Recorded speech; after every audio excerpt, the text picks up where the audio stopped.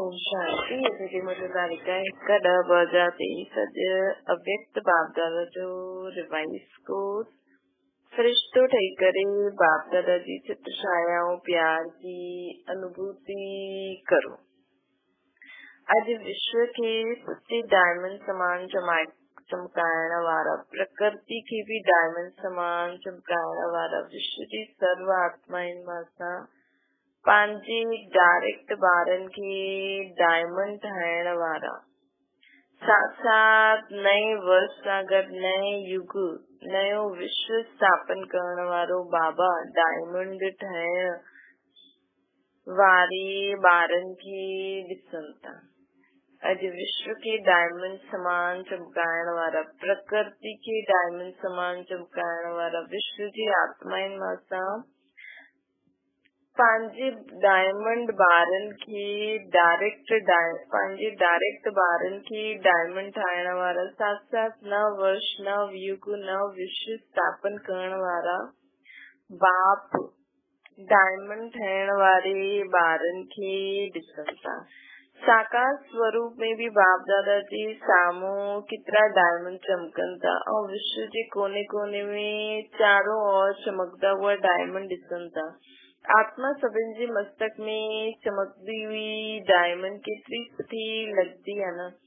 साम्हूं सां चमकदी हुई आत्मा डायमंड और एतिरा संगठित रूप में चारों ओर डायमंड ही डायमंड ॾिसण में दृश्य केॾो प्यारो लॻंदो आहे। त इहो संगठन कंहिंजो आहे? डायमंड्स जो। चाहे नंबरवार आहिनि पोइ बि चमकनि था। चमकदी हुई डायमंड जी सभा बाप जे साम्हूं आहे न।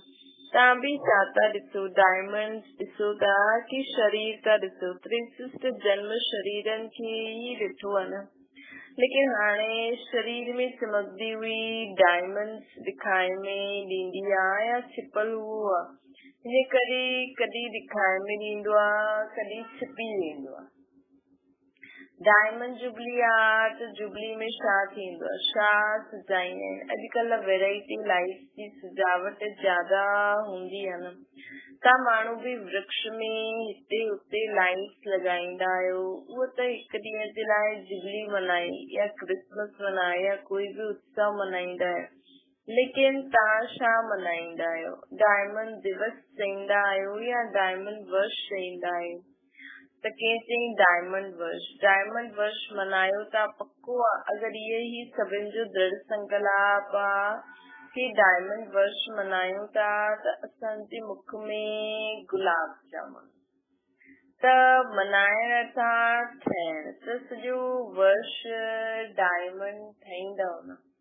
बाबा चवनि था त सॼो वर्ष डायमंड ठाहींदव या थोरो थोरो दाग लॻंदो। बाप दादा जे ॿारनि जो उमंग उत्साह ॾिसी करे पदम गुणा डबल मुबारक ॾींदा आहिनि। अॼु डबल आहे न, हिकु नयो वर्ष ऐं ॿियो आहे डायमंड जुबली। ॿई संगठन आहिनि, ॿई ॿिन्ही जो संगठन आहे। त डायमंड वर्ष में बाप दादा अॼु हिकु त नयो वर्ष बि आहे, ॿियो डायमंड जुबली बि आहे। इहो डायमंड जुबली जे समय वारी मुरली हूंदी। त डायमंड वर्ष में बाप दादा ये ही विशेषता ॾिसणु चाहींदा आहिनि कि हर ॿार खे जॾहिं ॾिसो जीअं ॾिसो त चमकदो उहो डायमंड ही दिखाई मिले, त चमकदो उहो डायमंड ही दिखाई मिले। मिट्टी जे अंदर वारो डायमंड न, चमकदो उहो डायमंड। त सॼे वर्ष लाइ अहिड़ो डायमंड ठही वेंदो। सॼी संकल्प त अॼु करणो आहे न कि डायमंड ठाहींदासीं बि ॾिसंदासीं बि। चाहे उहा बि आत्मा कारी कोयले जी बि कोयलो हुजे, हिकदमि तमोगुणी आत्मा हुजे, लेकिन असां छा ॾिसंदासीं? कोयलो न। सभिनि जे मस्तक ते डायमंड थो चमके। डायमंड ॾिसंदासीं त असांजी दृष्टि पकड़ण सां उनजी बि कारोपन घटि थी वेंदो। डायमंड जुबली में यही सेवा करणी आहे। बाबा चवंदा अमृत वेले खां वठी करे राति ताईं जंहिंजे बि संबंध संपर्क में ईंदासीं त डायमंड ही डायमंड ॾिसंदासीं। ये पक्को कयो या डायमंड जुबली मल्हाइणो आहे त ये पक्को कयो या सिर्फ़ डायमंड जुबली मल्हाइणी आहे त हर स्थान ते सिर्फ़ 2-3 फंक्शन कया, डायमंड जुबली थी वई फंक्शन कयो। निमंत्रण ॾिनो जगायो, ये त करणो ई आहे, करूं था, लेकिन सिर्फ फंक्शन न करणो आहे। हिन डायमंड जुबली में डायमंड ठही डायमंड ॾिसणो आहे, डायमंड ठहिणो आहे, ये रोज जो फंक्शन आहे। त रोज फंक्शन कंदा या 2-4 ॾींहं सप्ताह कंदो। हर वर्ष में बाप दादा जी विशेष यही सभी ॿारनि जे प्रति शुभ आशा चओ या श्रेष्ठ श्रीमत चओ कि डायमंड जे बिना ॿियो कुझु न ठहिणो, कुछ भी थी वञे डायमंड में दाग न लॻाइणो। असांखे कुछ भी थी वञे असांखे पंहिंजी आत्मा रूपी डायमंड में दाग न लॻाइणो। अर्थात कोई भी संकल्प विकल्प व्यर्थ संकल्प न करणो आहे। बाप जी श्रीमत ते हलणो आहे। संस्कार बाप समान। कोई भी विकार बुराइनि जे वश थी करे कोई भी कर्म न करणो। अगर कहिड़े भी विघ्न जे वश थी वियो या स्वभाव जे वश थी वियो त दाग लॻी वेंदो। विघ्न त अचना ज़रूर आहिनि। विघ्न विनाशक टाइटल आहे त विघ्न ईंदा तॾहिं त विघ्न विनाश थींदा। अगर कोई विजय चए कि दुश्मन, अगर कोई विजयी चए कि दुश्मन न अचे लेकिन मां विजयी आहियां त इहे न मंदसि न। त विघ्न त ईंदा, चाहे प्रकृति चाहे आत्माएं चाहे अनेक प्रकार की परिस्थिति जा विघ्न ईंदा, लेकिन असां डायमंड एड़ा पावरफुल हुजूं जो दाग जो प्रभाव असां ते न पए। ये थी सघंदो आहे। ये डायमंड जुबली वर्ष मनाए महान वर्ष आहे। जे कोई विशेष मास मनाईंदा आहिनि त ये डायमंड जुबली वर्ष महान वर्ष आहे। बाप दादा हिन वर्ष में सभिनि खे हलंदो फिरंदो फ़रिश्तो ॾिसण चाहींदा आहिनि। बाप दादा हिन वर्ष में सभिनि खे हलंदो फिरंदो फ़रिश्तो ॾिसण चाहींदा आहिनि। कई चईंदा आहिनि कि आत्मा खे ॾिसण जी कोशिश त कंदा आहियूं, लेकिन आत्मा एॾी नंढी बिंदी आहे त शरीर ॾेखारे में ॾींदो आहे। त बाप दादा चईंदा आहिनि चलो बिंदी खिसकी वेंदी आहे, लेकिन फ़रिश्तो रूप त लंबो चौड़ो शरीर आहे न।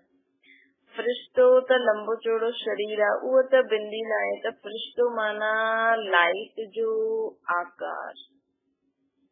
फ़रिश्तो माना लाइट जो आकार। त फ़रिश्ते स्वरूप में थी करे हर कर्म करो। ईअं न कि फ़रिश्ते रूप में कर्म न करे सघंदा आहियूं। करे सघंदा आहियो कि साकार खपे। जी साकार शरीर सां ॾाढे जन्मनि सां प्यार आहे त भुलजण चाहींदा आहियूं, लेकिन भुलिजी न पाए। त बाप चईंदा आहिनि अच्छा अगर शरीर खे न ॾिसण जी आदत, अगर शरीर अच्छा अगर तव्हांखे शरीर खे ॾिसण जी आदत आहे त कोई हर्जो न। हाणे सभु हिक ॿिए जो लाइट जो शरीर ॾिसो। बाबा सभु हिक ॿिए जो लाइट जो शरीर ॾिसो। शरीर ही खपे त फ़रिश्तो भी शरीरधारी आहे। तव्हां सभी भी चईंदा आहियो न कि शिव बाबा ब्रह्मा बाबा सां ॾाढो प्यार आहे। त प्यार जो अर्थ आहे समान थियण। जीअं ब्रह्मा बाबा फ़रिश्ते रूप आहे न, ईअं ई बाप समान फ़रिश्ते स्वरूप में थी करे हर कर्म करो। छो जी जॾहिं डायमंड जुबली मनायो था, स्थापना जे 60 वर्ष संपन्न थी विया। त विशेष स्थापना जे निमित्त शिव बाबा त आए, लेकिन निमित्त ब्रह्मा बाबा ठहियो न। विशेष शिव बाबा त आए ही, स्थापना जे निमित्त शिव बाबा त आए ही, लेकिन निमित्त ब्रह्मा बाबा ठहिया न। बाबा चवनि था तव्हां भी पंहिंजे खे शिव कुमार शिव कुमारी न चईंदा आहियो, ब्रह्मा कुमार कुमारी चईंदा आहियो न। त ब्रह्मा बाप जी स्थापना जे कार्य जी जुबली मनायो था न। त जंहिंजी जुबली मनाइबी आहे हुनखे छा ॾिबो आहे? त कीअं चई बाबा गिफ्ट ॾिबो आहे। त तव्हां सभी गिफ्ट ॾींदव न कि गुलाब जो पुष्प खणी करे ॾींदव, चईंदव कि इहो ई गिफ्ट आहे। ईअं त न चईंदा कि बाबा इहो ई गिफ्ट आहे गुलाब जो फूल ॾेई करे। त बाबा चवनि था कोई हथ में खणी ईंदो, कोई घोड़े ते खणी ईंदो त गिफ्ट, ई गिफ्ट त मनोरंजन आहे। ये गिफ्ट भी सुठी है, सभी ॾिसी करे ख़ुशि थींदा। अॼु घोड़ो नचे थो, अॼु कोई मनुष्य नचे थो, खिलौनो ॾिसी करे ख़ुशि थींदा आहिनि। वो भले खणे थो, लेकिन ब्रह्मा बाप खे दिल पसंद गिफ्ट कहिड़ी ॾींदा? ब्रह्मा बाप खे दिल पसंद गिफ्ट कहिड़ी ॾींदा? ॾिसो कहिड़े कंहिंखे बि गिफ्ट ॾिसबी आहे त ॾिसबो आहे की हिननि खे छा पसंदि आहे। ॾिसंदा आहिनि कि इन्हनि खे ये पसंद कंदा आहिनि या न कंदा आहिनि। त ब्रह्मा बाप खे छा प्रिय आहे, कहिड़ी गिफ्ट उन्हनि खे सुठी लॻंदी आहे? बाप जे दिल पसंद गिफ्ट आहे हलंदो फिरंदो फ़रिश्तो। बाप जे दिल पसंद गिफ्ट आहे हलंदो फिरंदो फ़रिश्तो। त फ़रिश्ते समान ठही वञो। फ़रिश्ते में कोई भी विघ्न असांखे प्रभाव न विझंदो। फ़रिश्ते रूप में कोई भी विघ्न असांखे प्रभाव न विझंदो। फ़रिश्ते रूप में कोई भी विघ्न असांखे प्रभाव न विझंदो। त जॾहिं भी कोई विघ्न अचे न, या त निराकार बिंदी त ॾाढी सुठी आहे, न त खुद खे फ़रिश्तो समझी वठो। असांजो संकल्प, वृत्ति, दृष्टि सभु डबल लाइट थी वेंदी। त गिफ्ट ॾियण लाइ तयार आहे त सभिनि चयो हाँ जी। ॾिसजो तव्हांजो टेप भी, तव्हांजो ये टेप में रिकॉर्ड तो थिए। सुठी ॻाल्हि आहे। गोल्डन दुनिया खे लाइण जे लाइ फ़रिश्ता ठाहींदव त जीअं हीरो चमकंदो आहे, ईअं असांजो फ़रिश्तो रूप भी चमकंदो रहंदो। ये अभ्यास सुठी रीति सां कंदा रहो। अमृत वेले उठदे स्मृति में लायो मां फ़रिश्तो आहियां। संकल्प त कंदा आहियो, चाहींदा भी आहियो, पोइ भी जॾहिं पंहिंजी रिज़ल्ट ॾिसंदा आहियो या लिखी करे भी ॾींदा आहियो त मेजॉरिटी चईंदा आहिनि कि जेतिरो चाहींदा आहियूं ओतिरो न थियो। 50% थियो, 60% थियो। त डायमंड जुबली में भी ईअं ई परसेंटेज में थींदो या फुल थींदो? त डायमंड जुबली में भी ईअं ई परसेंटेज में थींदो या फुल थींदो? छा थींदो?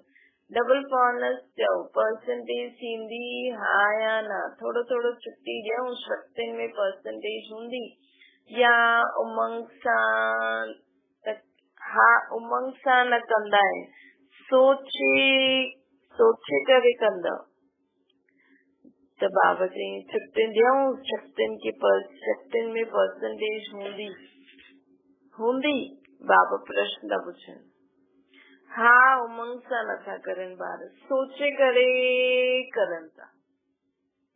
हा, उमंग सां नथा करनि, सोचे करे करनि था। डबल विदेशी या भारत वारा अगर परसेंटेज जे बिना फुल पास थी विया त ब्रह्मा बाबा पतो आहे छा कंदव?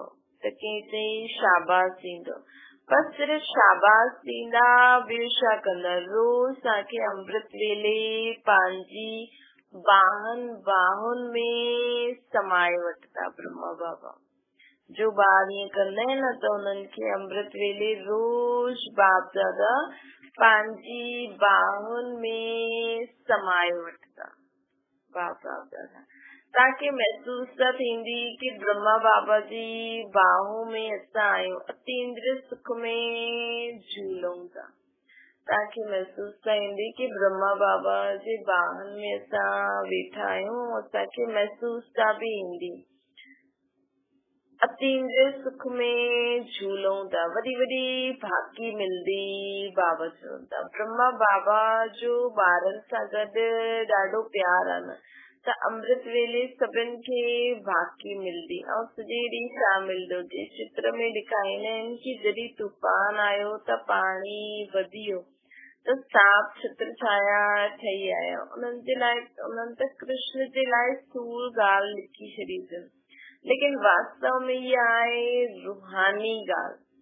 त जो फ़रिश्तो ठाहींदो न, उन्हनि जे साम्हूं अगर कोई भी परिस्थिति ईंदी या कोई भी विघ्न ईंदो त बाबा स्वयं तव्हांजी छत्र छाया ठही वेंदा। बाबा स्वयं असांजी छत्र छाया ठही वेंदा। करे करे ॾिसो छो जे ईअं ई बाप दादा न चईंदा आहिनि, बाप दादा ईअं ई न चईंदा आहिनि। अगरि असां फरिश्तो ठही वियासीं न, जीअं बाबा चवनि था कि शरीर खे न ॾिसी करे लाइट जे शरीर खे, खुद खे बि लाइट जे शरीर में ॾिसो ऐं सभिनि खे बि लाइट जे शरीर में ॾिसो। अगरि असां इहो अभ्यास कंदासीं त हिकु त अमृत वेले ब्रह्मा बाप दादा जी वॾी वॾी भाती मिलंदी। ॿियो सॼे ॾींहं में जॾहिं बि कोई विघ्न ॻाल्हि ईंदी अचण वारी हूंदी परिस्थिति, त बाप दादा स्वयं असांजी छत्र छाया ठही वेंदा। जंहिं ॿारनि जी डायमंड जुबली आहे उहा हथ ठाहियो। हाणे डायमंड जुबली वारनि सां बाप दादा ॻाल्हाइनि था। तव्हां माण्हुनि 14 वर्ष में योग तपस्या कई त विघ्न केतिरा आया, लेकिन तव्हांखे कुझु थियो? त बाप दादा छत्र छाया आहिनि। केतिरी वॾी वॾी ॻाल्हियूं थी, सॼी दुनिया मुखी नेता गुरु माण्हू सभु एंटी थी विया न, सभी एंटी थी विया। सॼी बाबा चवनि था सॼी दुनिया मुखी नेता गुरु आदि सभु एंटी थिया। हिकु ब्रह्म कुमारी अटल रही, प्रैक्टिकल में बैगरी लाइफ भी ॾिठी, तपस्या जे समय भिन्न भिन्न विघ्न भी ॾिठा, बंदूक भी आई त तलवार भी आई, सभु आया, लेकिन छत्र छाया रही न, कोई नुक़सान थियो? जॾहिं पाकिस्तान हुयो त माण्हुनि हंगामे में ॾिजी करे सभु छॾे करे भॼी आया। ऐं तव्हांखे ट्रेन, टेनिस कोर्ट ऐं तव्हां टेनिस कोर्ट सामान सां भरे वयो।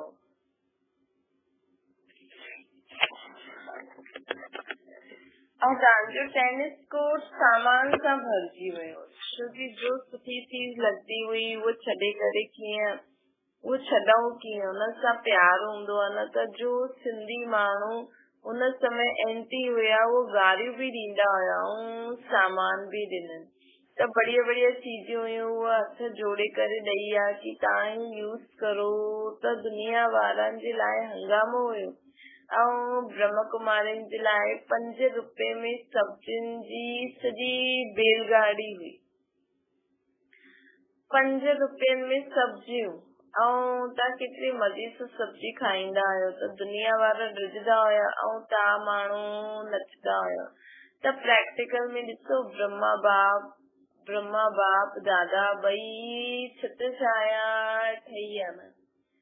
त केतिरो सेफ्टी सां स्थापना जो कार्य कयो न। त जॾहिं इन्हनि खे अनुभव आहे त छा तव्हां अनुभव न करे सघंदा आहियो? पहिरियों तव्हां, बाबा चवनि था पहिरियों तव्हां जो चाहे जेतिरो चाहे हिन डायमंड जुबली में छत्र छाया जो ब्रह्मा बाप जे प्यार जो प्रैक्टिकल अनुभव करे सघंदा आहियो। ये हिन वर्ष के वरदान सहज प्राप्ति है। ज्यादा पुरुषार्थ न करणो पवंदो। पुरुषार्थ में थकी वेंदा आहियो न। जॾहिं कोई पुरुषार्थ करे थकी वेंदो आहे त हुन समय बाप दादा हुनजो चेहरो ॾिसंदा आहिनि, रहम बि ईंदो आहे। हाणे छा कंदा, छा ठाहींदव? फरिश्तो। हाणे सभिनि खे छा ठाहिणो आहे? फरिश्तो ठाहिणो आहे। फरिश्ते रूप में हलण फिरण, इहे ई डायमंड ठहिण ऐं इहे ई डायमंड ठहिणो आहे। छोजे जो ॾाढी कीमती मूल्यवान बेदाग डायमंड हूंदो आहे न, हुनजी निशानी छा हूंदी? उहा लाइट जे अॻियां रखो त चमकंदो, ऐं जॾहिं चमकंदो आहे त हुन सां केतिरी किरणियूं निकिरंदियूं आहिनि। हुनमें भिन्न भिन्न रंग ॾेखारे में ॾींदा आहिनि, भिन्न भिन्न रंग ॾेखारे में ॾींदा आहिनि। बाबा चवनि था त जॾहिं तव्हां रियल डायमंड ठहींदव, फरिश्तो ठही वेंदव, त असांजे फरिश्ते स्वरूप में तव्हां ये 8 शक्तियूं ॾेखारे में ॾींदियूं। असांजे फरिश्ते स्वरूप सां ये 8 शक्तियूं ॾेखारे में ॾींदियूं। बाबा चवनि था जीअं उहा रंग किरनिन जे रूप में ॾेखारण में ॾींदो आहे। ईअं तव्हां डायमंड अर्थात फरिश्ता ठाहो त हलंदे फिरदे तव्हां द्वारा अष्ट शक्तियुनि जी किरनिन जी अनुभूति थींदी। कोई खे तव्हां सां सहन शक्ति जी फीलिंग ईंदी, कोई खे तव्हां सां निर्णय करण जी शक्ति जी फीलिंग ईंदी, कोई सां छा शक्ति जी फीलिंग ईंदी। तव्हां जेतिरो ज्यादा अभ्यास कंदव मानो हाणे कल खां नयो वर्ष शुरू थींदो ऐं डायमंड जुबली सां शुरू थींदी त कल खां अर्थात पहिरियों मास जनवरी आहे, हुन हिकु मास में तव्हां फरिश्ते रूप जो अभ्यास कंदव ऐं ॿियो मास ईंदो हुनमें बि अभ्यास कंदव, वधाईंदव, टे मास में बि वधाईंदव। जेतिरो वधाईंदव ओतिरो तव्हां द्वारा ॿियनि खे महसूस था ईंदी। बाबा चवंदा ओतिरो असां द्वारा ॿियनि खे महसूस था ईंदी। माण्हुनि खे चइण में त अष्ट शक्तियूं आहिनि, लेकिन ॾाढी जंहिंखे जो महसूस था खपे, जे शक्ति खपे हुनखे महसूस था ईंदी वेंदी। बाबा चवनि था कि ईअं सम्झो त ये ब्रह्मा बाप जी गिफ्ट आहे, सभी ॾींदव या कोई ॾींदव। बाबा चवनि था सभी ॾींदव या कोई ॾींदव। अच्छा, मधुबन वारा भी गिफ्ट ॾींदा। मधुबन वारा त हाजी में होशियार आहिनि, ज्ञान सरोवर में भी मुरली ॿुधनि था। ज्ञान सरोवर वारा फरिश्ता ठही वेंदा ऐं इहे जो ट्रांसलेट करनि था माइक वारा, लाइट वारा, सभिनि खे डबल लाइट फरिश्तो ठहिणो आहे। सभिनि खे डबल लाइट फरिश्तो ठहिणो आहे। बाबा चवनि था मुश्किल त न लॻंदो आहे न, श्रेष्ठ जन्म हिन शरीर सां प्यार आहे त मुश्किल न हूंदो, त दृढ़ निश्चय रखंदो आहे जो त निश्चय जी विजय कॾहिं टली न सघंदी आहे। चाहे पंज ही तत्व या आत्मायूं केतिरो बि सामनो करनि, लेकिन उहो सामनो कंदा ऐं असां समाइण जी शक्ति सां हुन सामनो करण वारे खे समाए वठंदासीं, छो जी अटल निश्चय आहे न। बाबा चवंदा छो जी अटल निश्चय आहे न। ये 60 वर्ष स्थापना जा हलिया, हिन में भी आदि खां कमाल ब्रह्मा बाप ऐं अनन्य ॿारनि जी रही, कॾहिं निश्चय में हलचल न थी, विजय आहे ही न। इहे ई बोल सदा ब्रह्मा बाप जा रहिया न। त अॼु विशेष ब्रह्मा बाप सभी ॿारनि खे विशेष मुबारक ऐं ॾाढो प्यार था ॾियनि। जेतिरो बि थिए, चाहे 4 लख चाहे 14 लख, लेकिन ब्रह्मा बाप जी बुझायूं एतिरी वॾी आहिनि जो 14 लख भी हिकु साथ बुझाइनि में समाइजी वेंदा। जो 14 लख भी हिकु साथ बुझाइनि में समाइजी वेंदा। हाणे त केॾा सारा बाबा जा ॿार थिया, सभिनि खे बाबा पंहिंजी बुझाइनि में समाए वेठा आहिनि न। त बाबा चवनि था हिन करे परमात्मा जो भक्ति मार्ग में विराट रूप दिखायो आहे। तो सिर्फ असां ब्राह्मण ॿार ई न बाबा जी बुझाइनि में, त पूरी विश्व जी सर्व आत्मायूं आहिनि, सर्व योनियूं आहिनि, प्रकृति आहे, सभु बीज आदि जो भी आहिनि, सभु तत्व जेका भी आहिनि, सभु ग्रह सभी बाबा जी बुझाइनि में। चइण में त सिर्फ असां ब्राह्मण ॿार ई न, सभी आहिनि बाबा जी बुझाइनि। त बाबा चवनि था कि तॾहिं त भक्ति मार्ग में बाबा जो, परमात्मा जो भक्ति मार्ग में विराट रूप दिखाईंदा आहिनि, जंहिंमें सभु समायल आहिनि। त सभी ब्रह्मा बाप जी बुझाइनि में समायल आहिनि। कुझु भी थी वञे, जीअं नंढो ॿार छा कंदो आहे, अगरि कोई भी कुझु कंदो आहे या कोई भी हुनखे कुझु भी कंदो आहे या कुझु भी थींदो आहे, त उहा माँ या बाप जे बाहनि में समाइजी वेंदो आहे न। ईअं थींदो आहे न, त तव्हां भी ईअं करो। ॿार आहियो न कि वॾा थी आहियो, 100 साल वारे खे भी बाप जे अॻियां नंढो, 100 साल वारो भी बाप जे अॻियां नंढो ॿार ई आहे। त असांखे भी जो भी तव्हांखे भी कुछ भी थे बस ब्रह्मा बाप जी बाहुन में समाइजी वञो। तव्हांखे भी कुछ भी थे तो बस ब्रह्मा बाप जी बाहुन में समाइजी वञो। ये त सहज आहे न बाबा चवनि था, ये त सहज आहे न ब्रह्मा बाप जी भुजाइन में समाइण। अच्छा, चारों ओर जी चमकती हुई सच्ची डायमंड्स की सदा निश्चय और दृढ़ संकल्प द्वारा स्वयं की सच्चो डायमंड ठाहे ॿियनि खे भी ठाहिण वारा, स्वयं की सच्चो डायमंड ठाहे ॿियनि खे भी ठाहिण वारा, सदा बाप दादा जी समान डबल लाइट पृष्ठ स्वरूप में स्थित थियण वारा शेष आत्माएं, सदा बाप ऐं सेवा ॿिन्ही में बिजी रहण वारा माया जी तो विश्व जे राज्य भाग्य जी, माया जी तो विश्व जे राज्य भाग्य जी अहिड़ा संगम युगी डायमंड्स के बाप दादा जो याद प्यार और नमस्ते वरदान आए। सदा सेफ्टी जे स्थान ते रही निर्भय निश्चिंत रहण वारा बाप दादा जे दिल तख्त नशीन। बाप दादा जो दिल तख्त सर्वश्रेष्ठ स्थान आहे, जो सदा बाप जे दिल तख्त नशीन रहंदा आहिनि उहे ई सेफ रहंदा आहिनि। उन्हनि वटि माया अची न सघंदी आहे,